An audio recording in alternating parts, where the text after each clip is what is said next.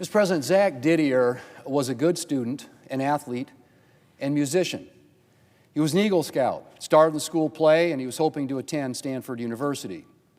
But 2 days after Christmas in 2020, Zach's dad found him dead in his bedroom of fentanyl poisoning. He was 17. Zach and his friends had gone to the mall to meet a drug dealer they had found through social media. He bought what he thought was Percocet, but it wasn't. The counterfeit pills he bought contained fentanyl, and what was a bad decision became deadly. Mr. President, Zach was one of the more than 90,000 Americans who died of an overdose in 2020. Many of those deaths from fentanyl poisoning. He was one of countless victims of fake pills being peddled on our streets. Pills that too often find their way into the hands of young people and steal their futures. Courage Mittens is another tragic story. Adopted from Ghana, Courage was pursuing his dream of becoming an airline pilot. He had attended flight school, interviewed for a job just days before he died at age 23. Courage's parents found him on their couch after a night out with friends, seemingly asleep until he stopped breathing.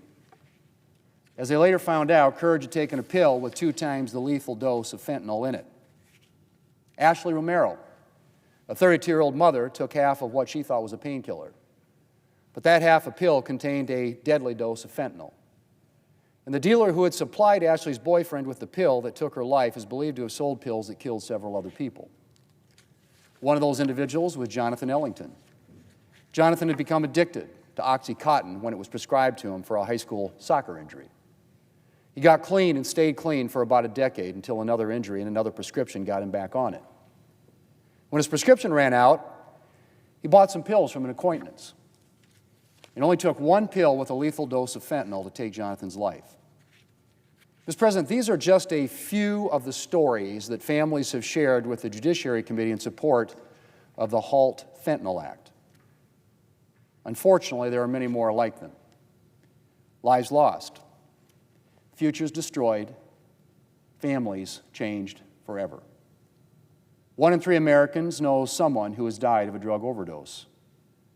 We're losing young people, teenagers, young parents, people with bright lives ahead of them. Mr. President, when the Trump administration temporarily classified all fentanyl analogs as Schedule I substances, law enforcement gained a critical tool to combat fentanyl and go after the people who are bringing this poison into the United States. Congress has extended this temporary classification several times because it works. Now we need to make it permanent by passing the Halt Fentanyl Act.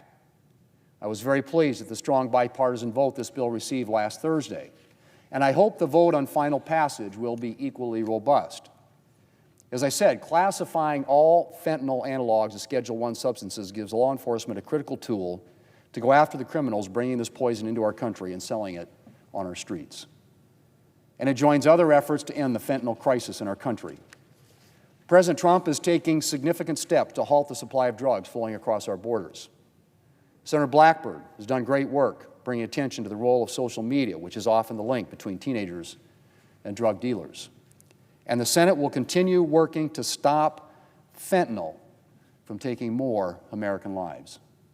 Mr. President, fentanyl has caused too many tragedies. I'm grateful to the families who've lost loved ones to this deadly drug for sharing their stories. And the Halt Fentanyl Act is moving forward due in no small part to their support.